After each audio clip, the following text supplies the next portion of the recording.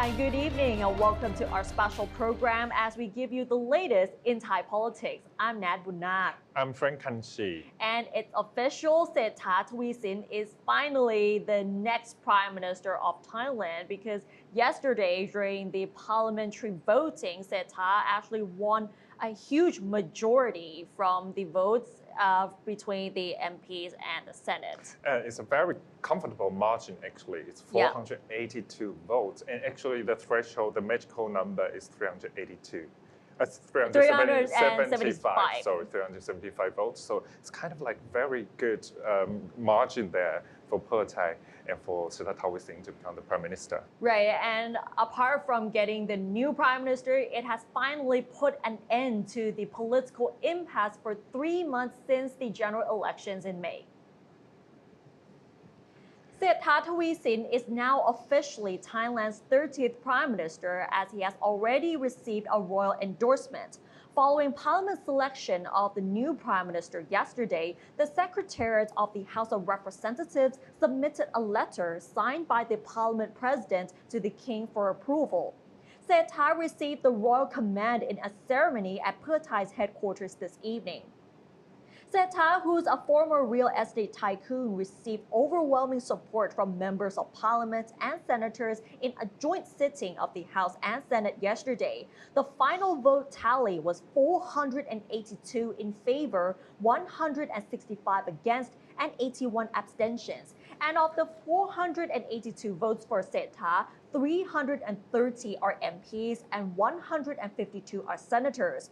Of the 164 votes against him, 152 votes are MPs, notably Move For Party MPs, and two prominent Democrats, which are Chuan Lik Pai, who's the former House Speaker, and Banyat Bantathan, who's the former leader of the Democrat Party. And among the 164 votes against him, 12 of them are senators as well.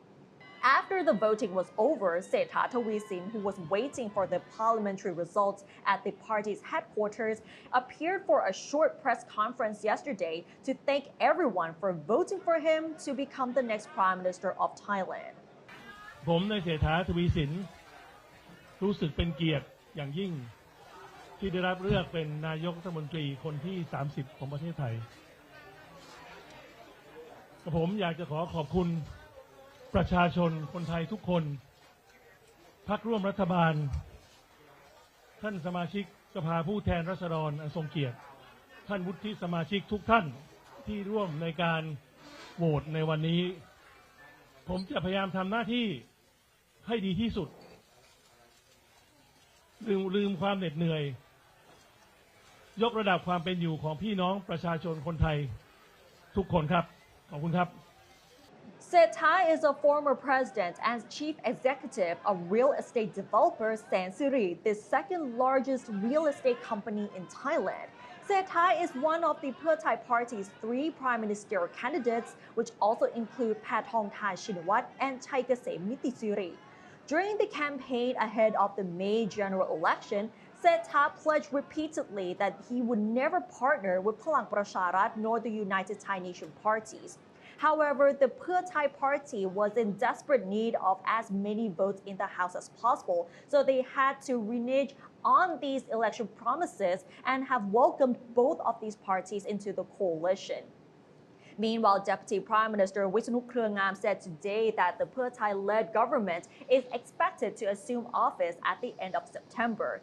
He explained that even though there is a royal command appointing Srettha as the Prime Minister, he is still unable to start performing his duty because his cabinet is yet to be set up and take the oath of allegiance. He gave a timeline of about 3 weeks for a new government to assume office. So based on this timeline, according to Wisnu, he said that it will require 1 week for the completion of the cabinet lineup, another week for the Secretariat of the Cabinet to check the qualifications of all the cabinet candidates, and another week for all the new ministers led by the Prime Minister to take an oath before His Majesty the King or his portrait. So what we're seeing here is a brief timeline of what will happen before Srettha and his cabinet members finally take office. So actually the big question has been clear. As in we have seen the Prime Minister is Srettha. But the big point, I think the big question following by is which party will get which ministerial seat. Of course, in the coalition, we see 11 parties. We have Pheu Thai, we have pro-conservative party, which is Ron Thai Sang Cha, United Thai Nation Party, and Palapachara. So we're gonna see the power struggle there. Like Pheu Thai, will the Anutin, the Pheu Thai leader, become the health minister again? Right. Well, it has been announced before that Pheu Thai will get 8 cabinet seats. So the positions of the minister, they will get 8 of them. Pheu Thai will get 4. Palang Pracharat and United Thai Nation will each get 2. And the Pracha Chat and Cha Thai Patana will each get 1. This is just the main positions in terms of the minister of which of the ministries. But we can tell that Pheu Thai will get the most cabinet portfolios anyway. But then we will have to wait and see who gets which cabinet portfolio. And this is really important for Pheu Thai actually, because of course, every position is important in the ministerial and deputy ministerial seat, of course. And I think I want to add one point: the defense minister is really important too. Would be Ron Thai Sang Cha or Palang Pracharat. That's really important. Well, there has been like a leaked list of the cabinet seats that has been released on social media, but then we will have to wait for confirmation as to whether which party will get which ministerial portfolio. Along with that, I think economy is always, I think, embracing the impact in the society. Politics creates a lot of chaos in the society, and we can see the performance of economy is going down. But Pheu Thai actually, they released some policies, of course, to revitalize the economy of Thailand. Pheu Thai party plead to its supporters that they will improve the economy if they become the next government. Now we take a look back at the party's key economic policy that Pheu Thai announced during their election campaign. Among the economic policies which sparked much criticism from economic experts is the digital wallet policy. Srettha announced that every Thai citizen aged 16 and above will receive 10,000 baht to be wired into their digital wallets for spending in stores within a 4-kilometer radius of their residence. This policy will cost an estimated 560 billion baht. The reason why they came out with such policy is because Pheu Thai wanted to jumpstart the economy that has been sluggish for 8 years since the military coup in 2014. At the same time, they believe that this will pave the way for widespread use of digital currency issued by the central bank, known as central bank digital currency. This policy has caused much debate as many critics are questioning the source of the funds for this scheme. Pheu Thai also pledged to increase the daily minimum wage to 600 baht per day, and the starting salary for graduates with a bachelor's degree will be 25,000 baht per month before the end of 2027. Many critics say that the big increase in the minimum wage could threaten the Thai economy. Some have said the Thai economy is not ready to increase the wage, and that it puts a time bomb on business owners. Thai responded that the minimum wage would not jump to 600 baht straight away if they become the government, and that the economy should be fully recovered first in order that the minimum wage can be increased. Another policy that Pheu Thai announced is the maximum 20 baht electric train fare for all routes, which aims to reduce the financial burden on commuters and to encourage more people to use services. So these are just the highlights of some of their economic policies that they have announced during the election campaigning. And these are the highlights that many of the critics have been making comments on. And they have showed some concern as to whether this will actually improve the economy, and most importantly, where they will get the budget from in order to initiate these policies. And even though Pheu Thai has been talking about this, their aim is to restart the economy, like you said, to restart the economy that has been sluggish for 8 to 9 years. And their aim is also to improve the livelihoods. And this is what Pheu Thai is really good at anyway, is to talk to the the people and try their best. They try as much as they can to improve the quality of life of the people, especially in rural areas. So since Thaksin period, of course, the policy there governs the economy to boom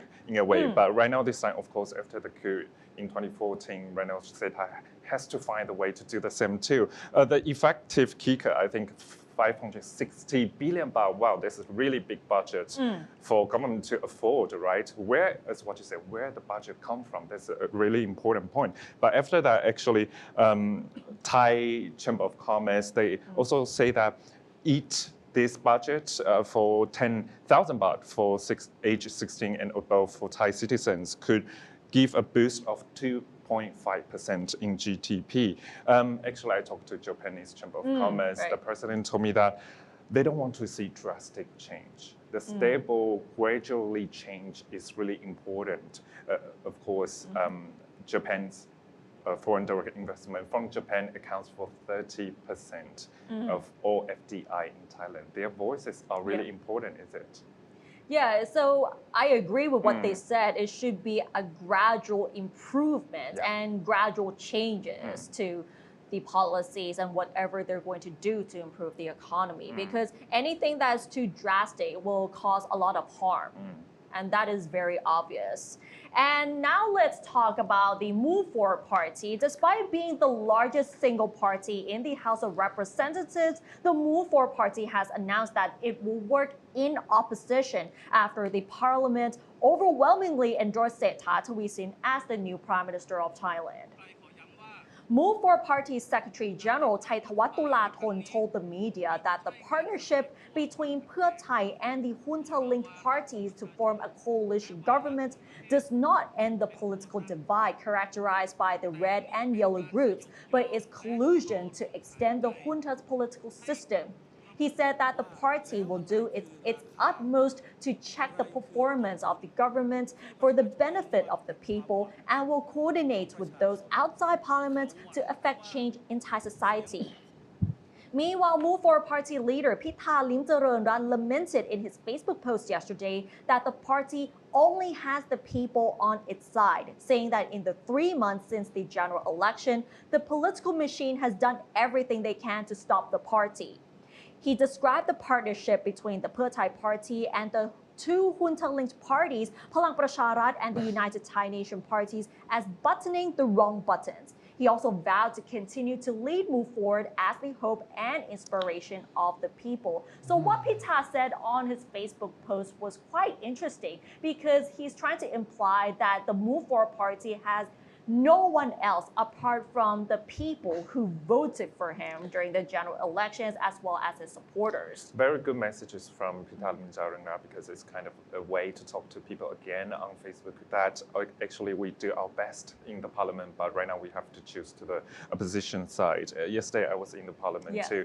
After the vote, of course, Srettha became the prime minister in parliament, but yesterday was not Move Forward's day.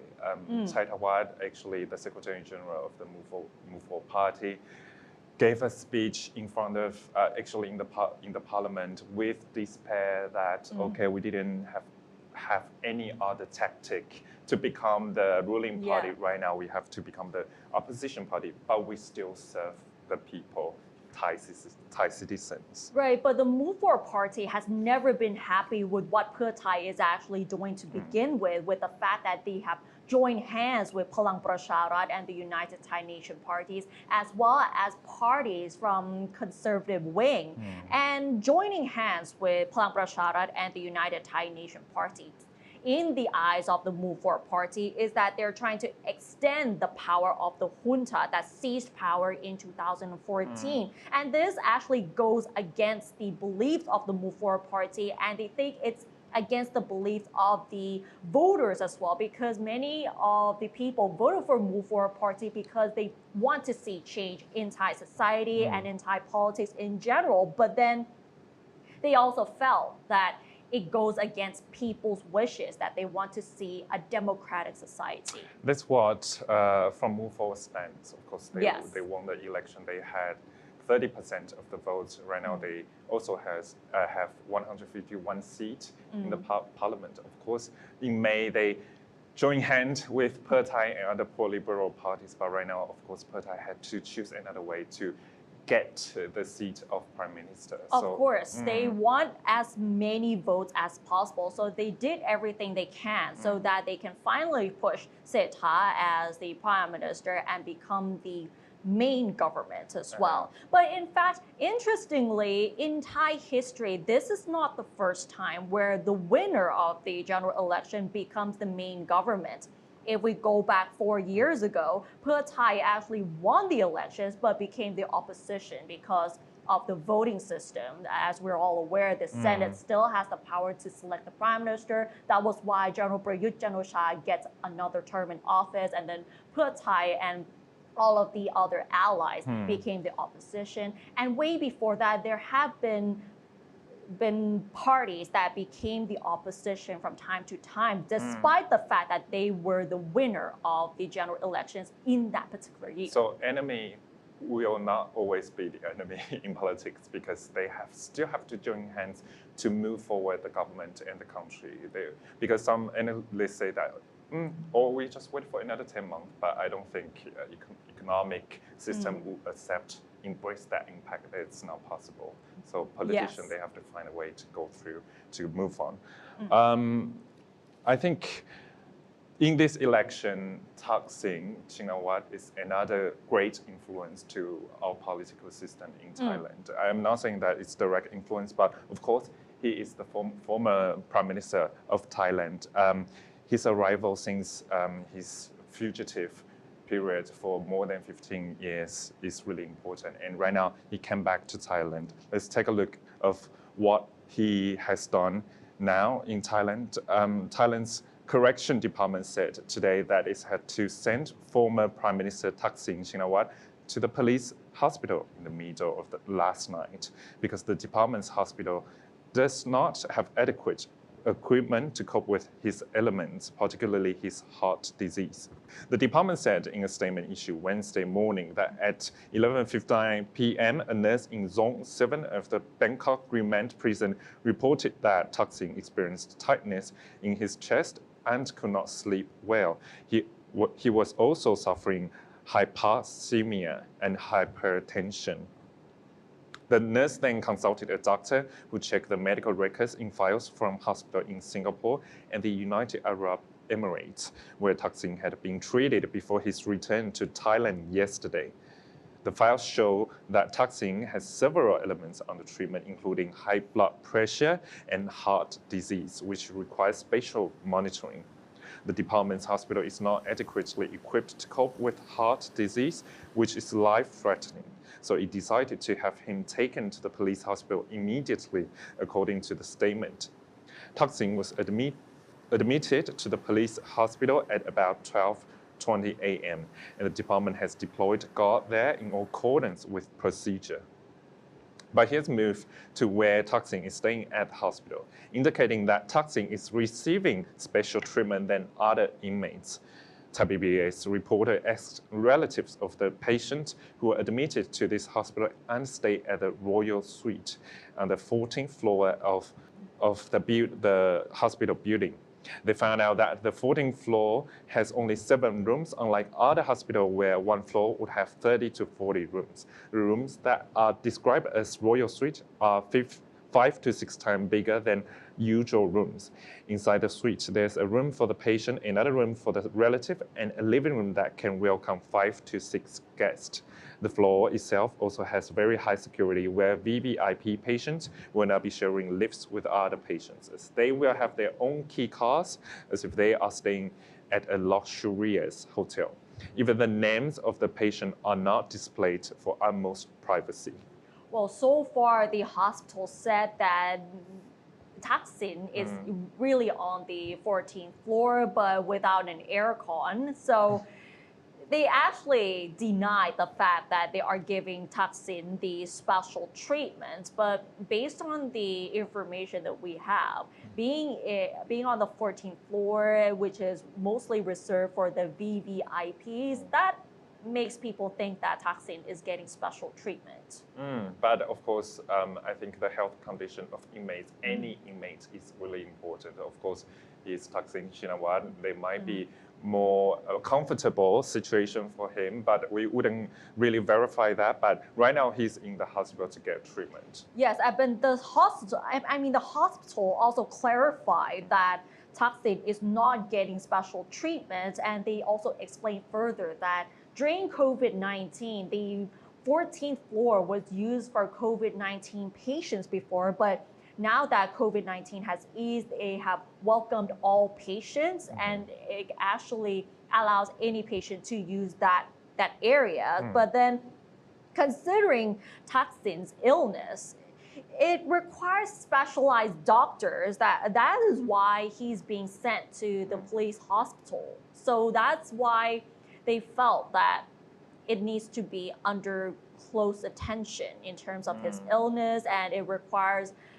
specialized doctors to take care of him as well. But they have been denying that Thaksin is getting extra care, special treatment, and they also claim that other elderly inmates are sent here as well. And because of his health conditions that has been deteriorating, they actually allowed Thaksin to receive treatment at a private hospital as well.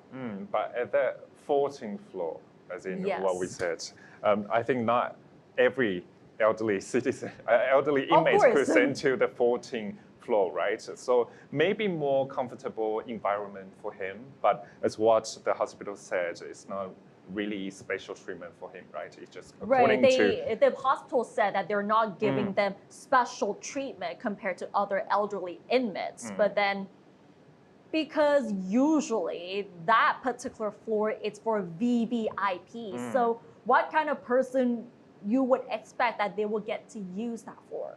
That's what you say, VVIP. So usual person wouldn't really be sent to that. Of course, they won't. And we'll end the program with the case involving a former deputy leader of the Democrat Party, Pheu Thai, who was once deemed as a rising star in Thai politics, as well as his experience in economics as well. And if we remember, in April last year, a string of sexual abuse allegations were filed against him, and this became the biggest Me Too movement in Thailand. And this not only sparked conversations about sexual assault and sexual harassment involving powerful figures, eventually it has also tarnished the reputation of the Democrat Party. Pheu has been sentenced to 2 years and 8 months in prison without suspension after he was found guilty of sexually abusing an 18-year-old student at a restaurant in Bangkok in 2021. He was convicted by the Bangkok South Criminal Court on August 10th, but it was announced by the deputy spokesman of the Office of the Attorney General yesterday.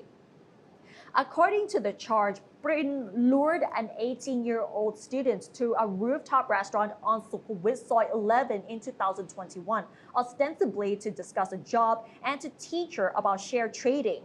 The student later filed a complaint with Lumpini police, claiming that she was sexually abused during their private meeting. The Bangkok South Criminal Court is scheduled to deliver the verdict in another sexual abuse case against Pheu on September 25th. Altogether, 16 cases of sexual abuse have been filed against Pheu, although the statute of limitations has expired on some, and some of the alleged offenses took place outside of Thailand, according to the police. So, when we talk about Pheu, if we've been following Thai politics, Pheu has been a prominent figure when it comes to dealing with economic policies, and he has always been well respected in terms of his expertise in that area. So many people, when people found out about the story, many people were really in shock because no one ever thought that such a powerful figure would ever become like a perpetrator.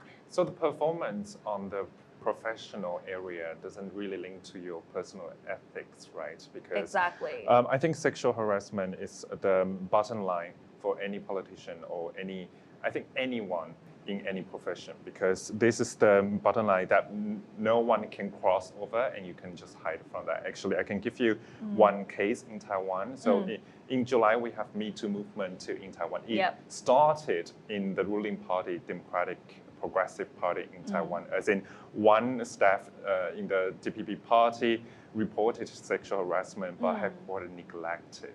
So in July, people just dig out and understand, oh, this happened in the beginning of this year, and no one really look at it and just deal with it. They just neglect it, and it arose to another level, to entertainment industry, to political sphere, business, everywhere in the industry. So I think personal ethics about sexual harassment is not. I think it's not acceptable for anyone. It's never acceptable for anyone. And the sad truth is that sexual assault cases that involve powerful figures are often underreported. But for this case, if it's not because the 18-year-old talked to a very famous lawyer, Srettha, there is no way that people would be aware of the case. And because of that, many of the victims have come forward to talk about their case, and they have said that Brin actually sexually abused them before. And that has prompted an investigation, and that has forced Brin to resign from the party. And unfortunately, it has also led to the reputation of the Democrat Party as well, especially Jurin Laksanawisit, who's the leader at the time, because he actually chose him to become the deputy leader as well. So he was in hot waters during that time, having to